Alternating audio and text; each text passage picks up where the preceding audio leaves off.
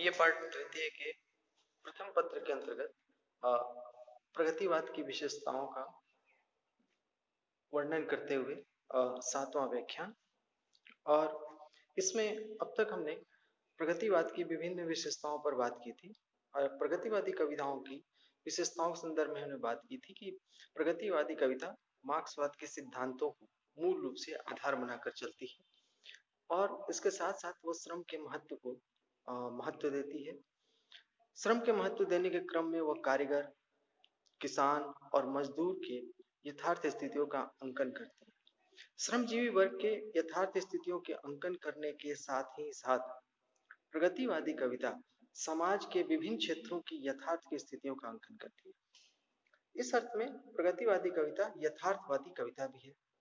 वह क्रांति का आह्वान करती है, यानी वह मानती है कि कविता के माध्यम से जनता को सजग बनाया जाए और एक साम्यवादी समाज की स्थापना हेतु प्रयत्नशील रहा जाए। इस प्रकार प्रगतिवादी कविता धर्म और आस्था संबंधी विडंबनाओं और पाखंडों पर कुठाराघात करती है, यानी वह धर्म, ईश्वर आदि का विरोध करती है, क्योंकि वह मानती है कि शोषणकारी शक्तियां धर्म की आड़ में अपने शोषण को हथियार बनाती है। इस अर्थ में प्रकृति भी एक सहज रूप में प्रगतिवादी कविताओं में मिलता है। और पुनः हमने पिछली कक्षाओं में बात की थी कि प्रगतिवादी कविता सहज सौंदर्य पर और सहज शिल्प, काव्य शिल्प पर बल देती है। इसी क्रम में हमने सहज भाषा की तुलना की थी। अब आगे के व्याख्यान में प्रगतिवादी कविता की जो विशेषता है उसका दूसरा अर्थ देखने की बात की जाएगी। प्रगतिवादी कविताओं का जो लक्षण है या प्रगतिवादी कविताओं की जो विशेषता है उसमें एक प्रमुख विशेषता व्यंग चेतना है। यानी प्रगतिवादी कविता अपने जीवन के क्षेत्र में विभिन्न विसंगतियों या विभिन्न असमानताओं को, विभिन्न असमानताओं को देखते हुए उनका चित्रण करती है और उन पर व्यंग करती है। प्रगतिवादी कवि जीवन के विभिन्न क्षेत्रों में फैली असमानता और विसंगतियों को देखकर क्षुब्ध होता है, यानी कवि इनसे दुखी होता है और इनके प्रति आक्रोश भरता है और इसी आक्रोश के व्यक्ति के लिए वो व्यंग का सहारा लेता है। कवि शोषणकारी शक्तियों के भीतर छुपे तत्व को उभारता है, यानी व्यंग के माध्यम से वो जनता को ये दिखाता है कि जो सामने यथार्थ है उसके पीछे शोषणकारी शक्तियां अपना कार्य कर रही हैं। वह सामाजिक, राजनीतिक, आर्थिक, धार्मिक, आर्थिक स्थितियों को लेकर करारा व्यंग प्रस्तुत करता है और इस बहाने वो किसान, मजदूर और अन्य श्रमजीवी वर्गों के साथ साथ भोली भाली जनता को भी आगाह करता है कि वे सब शोषणकारी शक्तियों की पहचान करें और उनसे सतर्क रहें और उन शोषणकारी शक्तियों का विरोध करते हुए एक समता मूलक समाज की स्थापना का प्रयत्न करें। और इसीलिए कवि धार्मिक, आर्थिक, सामाजिक स्तर पर फैली हुई असमानता पर करारा व्यंग करता है। नागार्जुन अपने देश के धनिक लोगों को लेकर व्यंग करते हैं, क्योंकि हमारे देश में मुट्ठी भर धनिक लोग हैं और निर्धनों की संख्या बहुत ज्यादा है। ऐसी स्थिति में वो करारा व्यंग करते हुए कहते हैं, बताऊं कैसे लगते हैं दरिद्र देश के धनिक, बताऊं कैसे लगते हैं दरिद्र देश के धनिक, कोढ़ी कुनबे के तन पर मणिमय आभूषण, कोढ़ी कुनबे के तन पर मणिमय आभूषण। यानी कवि इतना करारा व्यंग करता है कि हमारे इस दरिद्र देश में या कम विकसित देश में जो मुट्ठी भर धनिक लोग हैं वो बिल्कुल उसी तरह लगते हैं जैसे कोढ़ग्रस्त शरीर या किसी कोढ़ी व्यक्ति को मणिमय यानी बहुत सारे आभूषण पहना दिए जाए। यानी कवि करारा व्यंग करता है कि हमारे देश के धनिक हमारी असमानता को और बढ़ाते हैं और वो हमें अच्छे नहीं लगते, वो हमारे सौंदर्य को जागृत नहीं करते। इस प्रकार कवि नागार्जुन अपने देश की स्थिति को या देश की आर्थिक असमानता पर करारा व्यंग करते हैं और इसीलिए वो उन्हें धनिक लोगों को एक तरह से कोढ़ी और मणिमय आभूषण के रूप में चित्रित करते हैं। इसी प्रकार प्रगतिवादी कविता की एक और विशेषता है और वह है मुक्त छंद। यानी प्रगतिवादी कवि अपनी कविताओं में मुक्त छंद को महत्व देता है। यद्यपि छायावाद में भी मुक्त छंद को महत्व दिया गया था और उसी परंपरा को एक रूप में प्रगतिवादी कवि मानता है, लेकिन प्रगतिवादी कवि जानबूझकर या विचित्र भाव उत्पन्न करने के लिए या विचित्रता प्रदर्शित करने के लिए मुक्त छंद का प्रयोग नहीं करता। मुक्त छंद का तात्पर्य है कि कवि शास्त्रीय छंदों का अनुसरण नहीं करता। मुक्त छंद का अर्थ है जिसमें शब्द लय से ज्यादा अर्थ लय पर बल दिया जाए। तो प्रगतिवादी कवि भी शब्द लय की जगह पर अर्थ लय पर बल देता है और इसीलिए कहा जाता है कि प्रगतिवादी कवि अपनी कविता में मुक्त छंद का प्रयोग करता है। कवि अपनी बात को सुलझाकर सहज ढंग से कहने पर बल देता है। यानी कवि का मूल लक्ष्य है कि वह ज्यादा से ज्यादा लोगों तक अपनी बात को कह सके। बहुत पेचीदगी और सजावट और श्रृंगार प्रगतिवादी कविता में नहीं मिलती। यानी प्रगतिवादी कविता या प्रगतिवादी कवि अत्यधिक सजावट या अलंकार या काव्य शिल्प पर बल नहीं देता। कवि जानबूझकर विचित्र धुन निकालने का प्रयत्न नहीं करता। इसलिए कवियों ने लोकगीतों की धुनी यानी छंद और लय को पर आधारित कविता को प्रस्तुत किया। इसलिए प्रगतिवादी कविता में अनेक लोक लय या लोकगीतों पर आधारित कविता भी मिलती है। उदाहरण के तौर पर केदारनाथ अग्रवाल की यदि हम कविता को देखें तो केदारनाथ अग्रवाल लोक गीतों पर आधारित धुन पर कविता लिखते हैं और वो कहते हैं, मांझी ना बजाओ बंसी मेरा मन डोलता, मेरा मन डोलता जैसे तन डोलता, जल का जहाज जैसे हल हल डोलता। मांझी ना बजाओ बंसी मेरा मन डोलता। इस प्रकार इस कविता में कवि लोक गीतों की लय को और सहज शब्दावली को प्रयोग करता है। इसमें सीधे सीधे भाव की सच्चाई या भाव की ईमानदारी या सहज भाव ही इसका मूल लक्ष्य हो जाता है। इस प्रकार कवि मुक्त छंद के माध्यम से भी और लोक लय के माध्यम से भी कविता में एक नयापन उपस्थित करता है, जिसमें उसका मूल उद्देश्य बनावटीपन नहीं है बल्कि सहज रूप में चित्रण करना है। इसी प्रकार अगर प्रगतिवाद की विशेषताओं को यदि हम समग्र रूप में देखें तो प्रगतिवादी कविता यथार्थ पर बल देती है। यानी वह सामाजिक, धार्मिक, राजनीतिक यथार्थ यानी जीवन की हर एक वास्तविक स्थिति का चित्रण करती है। इसी प्रकार प्रगतिवादी कविता श्रम का महत्व देती है। यानी श्रम करने वाले जितने भी वर्ग हैं, चाहे वो कारीगर हो, चाहे वो किसान हो या फिर मजदूर, तो किसान, मजदूर और कारीगर इनके माध्यम से वो श्रम के महत्व को बल देती है। इसी प्रकार प्रगतिवादी कविता क्रांति का आह्वान करती है।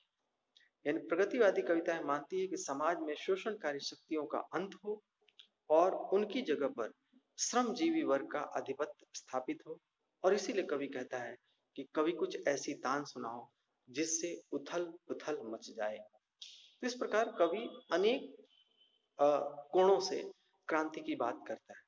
इसी प्रकार प्रगतिवादी कवि मजदूरों का पक्ष लेता है, प्रगतिवादी कवि किसानों का पक्ष लेता है और प्रगतिवादी कवि फैली हुई समाज में असमानता पर व्यंग्य करता है और अपनी धारदार शैली में व्यंग करता है, चाहे वो राजनीतिक व्यंग्य हो या फिर अन्य क्षेत्रों में व्यंग्य हो। उसी प्रकार प्रगतिवादी कवि सहज प्रकृति का चित्रण करता है। यानी प्रकृति जिस रूप में है उसी साधारण रूप, सहज रूप को कवि प्रकट करता है और उसके माध्यम से कविता में उसकी अभिव्यक्ति करता है।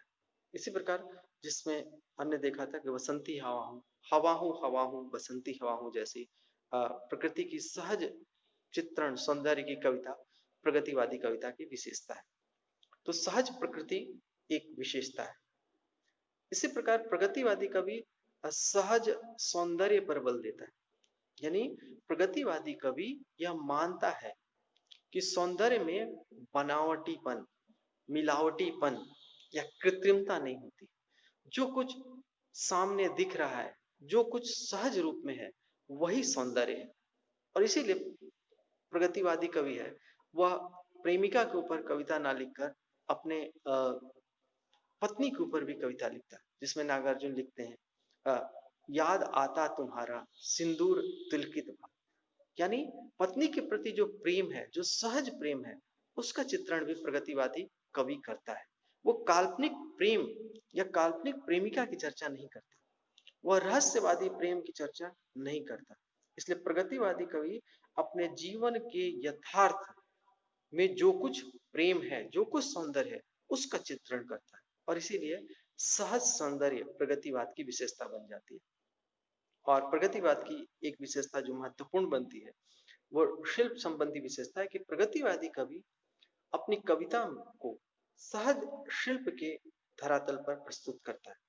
यानी वह अपनी कविता के लिए भाषा, छंद और अलंकार में कोई प्रयत्न नहीं करता, बल्कि वह जिस भाव की अभिव्यक्ति करना चाहता है, जिस यथार्थ की अभिव्यक्ति करना चाहता है, उसको उसी भाषा में, उसे आसानी से जिस छंद में ढाला जा सकता है या जिस रूप में प्रस्तुत किया जा सकता है, उसको वो स्वीकार करता है। यानी प्रगतिवादी कवि भाषा बनावटीपन का विरोध करता है, भाषा के बनावटीपन का विरोध करता है, वह छंदों के शास्त्रीयपन का विरोध करता है। यानी वह कविता में लय की बात करता है, लेकिन वह अर्थ लय की बात करता है। यानी कविता में जो अर्थ निकलता है वह पाठक तक संप्रेषित हो जाए, वह शब्द लय की बात नहीं करता। और इसी प्रकार कवि अलंकार का भी जानबूझकर प्रयोग नहीं करता, चमत्कार उत्पन्न लाने के लिए प्रयोग नहीं करता, बल्कि सहज रूप में रस, छंद, अलंकार या भाषा का प्रयोग करता है। इस अर्थ में देखें तो यही कारण है कि प्रगतिवादी कवियों में अनेक लोक बोलियों के शब्द, अनेक लोक प्रचलित या अनेक आम जीवन के शब्दों का प्रयोग मिलता है, लोक गीतों के लय का प्रयोग मिलता है। इस प्रकार हम कई उदाहरणों में और भी देख सकते हैं कि प्रगतिवादी कवि इन बिंदुओं को ही महत्वपूर्ण स्थान देता है। प्रगतिवाद के कुछ उदाहरण और यदि हम देखें तो प्रगतिवाद की प्रमुख कवि हैं त्रिलोचन। त्रिलोचन की एक बहुत प्रसिद्ध कविता की पंक्तियां हैं, मुझे जग जीवन का प्रेमी, मुझे जगत जीवन का प्रेमी बना रहा है प्यार तुम्हारा, मुझे जगत जीवन का प्रेमी बना रहा है प्यार तुम्हारा। अब यहाँ पर इन पंक्तियों का यदि हम सौंदर्य देखें तो कवि स्पष्ट रूप से कहता है कि इस जगत और जीवन से मैं प्रेम इसलिए कर पा रहा हूं क्योंकि जो उसकी प्रेमिका का उसका जो प्रेम है वह उसे प्रेरित कर रहा है। यानी सहज प्रेम है, सहज प्रेम ही पूरे जीवन जगत से प्रेम करता है, इसमें कोई बनावटीपन नहीं है। यानी कवि यह मानता है कि मुझे जब प्रेम का साक्षात्कार हुआ तो उस प्रेम ने मुझे समस्त जीवन और जगत से प्रेम करना सिखा दिया।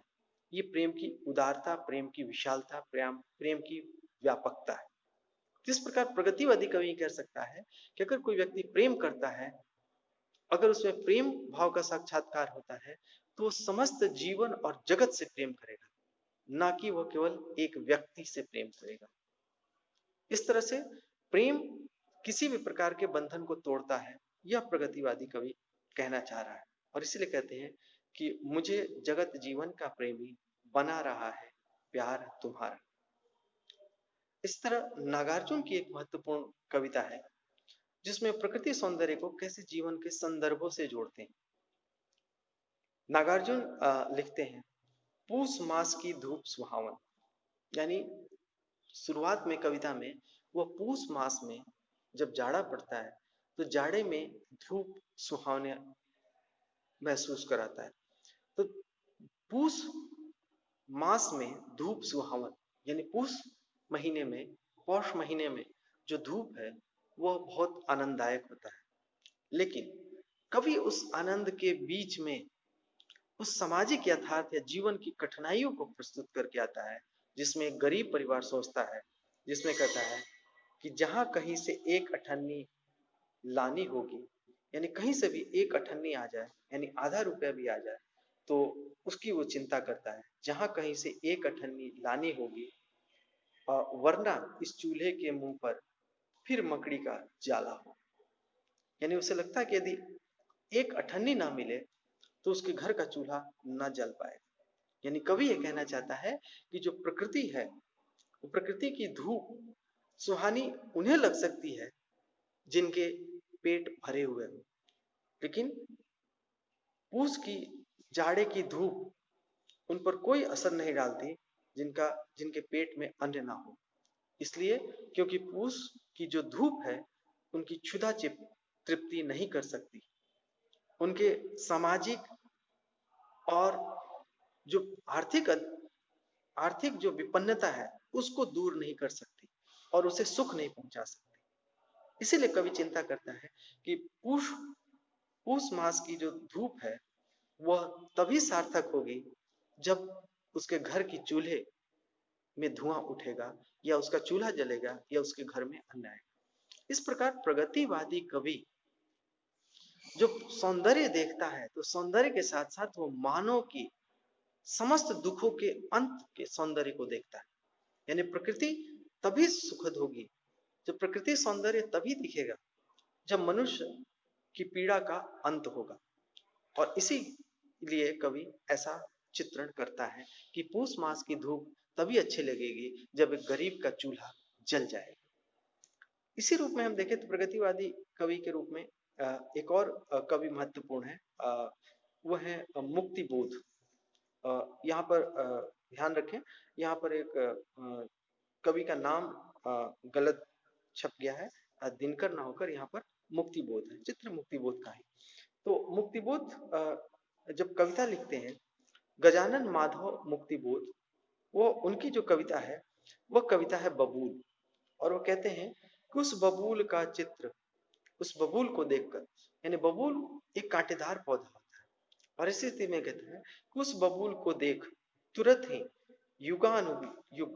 युगानुगुण, यानी कवि कहता है कि जैसे ही मैं बबूल को देखता हूं तो पहले तो कांटेदार वृक्ष दिखता है, लेकिन मौसम के अनुकूल उसमें भी पीले पीले फूल आ जाते हैं।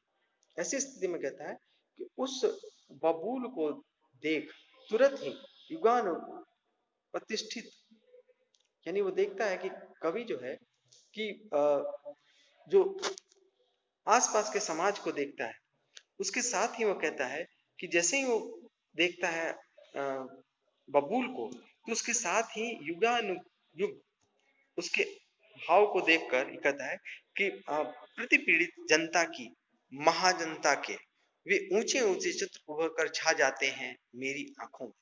यानी कवि कहता है कि जैसे मैं बबूल को देखता हूं तो उस बबूल को देख तुरंत ही युगानुयुग प्रतिपीड़ित जनता की महानता के वे ऊंचे ऊंचे चित्र उभर कर छा जाते हैं मेरी आंखों में। यानी कवि ये कहना चाहता है कि बबूल जो एक सामान्य उपेक्षित है, उस रूप में भी उसमें भी एक नया सौंदर्य है, और उसे देखकर मुक्तिबोध ये महसूस करते हैं कि बबूल को देखकर हमें अपने उस जनता की याद आती है जो कष्टों के बीच भी अपना जीवन यापन कर रहा है। इस अर्थ में हम देख सकते हैं कि प्रगतिवादी कवि चाहे सौंदर्य हो, चाहे श्रम हो या प्रकृति हो, जहां कभी भी जिस भाव की अभिव्यक्ति करता है उसे वो केवल एकांगी रूप में नहीं करता, उसे सामाजिक यथार्थ या समाज, राजनीति, इन सब से जोड़कर प्रस्तुत करता है। और यही प्रगतिवाद का सौंदर्य है, प्रगतिवाद की प्रवृत्ति है, प्रगतिवाद की विशेषता है कि प्रगतिवादी कवि हमेशा जिस की प्रस्तुति कविता में करता है, यानी सामाजिक यथार्थ की प्रस्तुति करता है, तो सामाजिक यथार्थ को उसके सर्वांगीण रूप में प्रस्तुत करता है, यानी उसके पूरे रूप को प्रस्तुत करता है। यानी कोई एक वृक्ष सुंदर है तो केवल वो सुंदर नहीं है, बल्कि उसके साथ साथ एक मानवीयता की भावना या पूरे समाज का चित्र उपस्थित होता है। अगर कोई व्यक्ति प्रेम करता है तो प्रेम केवल दो के बीच का प्रेम नहीं होता, बल्कि वो पूरे जीवन जगत के प्रेम को ध्वनित करता है। अगर वो प्रकृति आती है तो प्रकृति अपने संपूर्ण सौंदर्य के साथ आती है, सहज रूप में आती है। और इसी कारण है कि प्रगतिवादी कवि अपने यथार्थ की जो अभिव्यक्ति करता है, उस यथार्थ की अभिव्यक्ति में वह सीधे सीधे अगर देखा जाए तो यथार्थ की अभिव्यक्ति में सहज शिल्प का प्रयोग करता है, यानी सहज भाषा, सहज छंद और सहज अलंकार। इस प्रकार हम कह सकते हैं प्रगतिवादी कविता आधुनिक युग की एक महत्वपूर्ण काव्य धारा है, जो सामाजिक धरातल की यथार्थ को प्रस्तुत करता है, जो अपने समय के यथार्थ को प्रस्तुत करता है, और वह भी सहज रूप में। अब अगली कक्षा में हम नई काव्य धारा की, एक अन्य काव्य धारा की विशेषताओं पर बात करेंगे।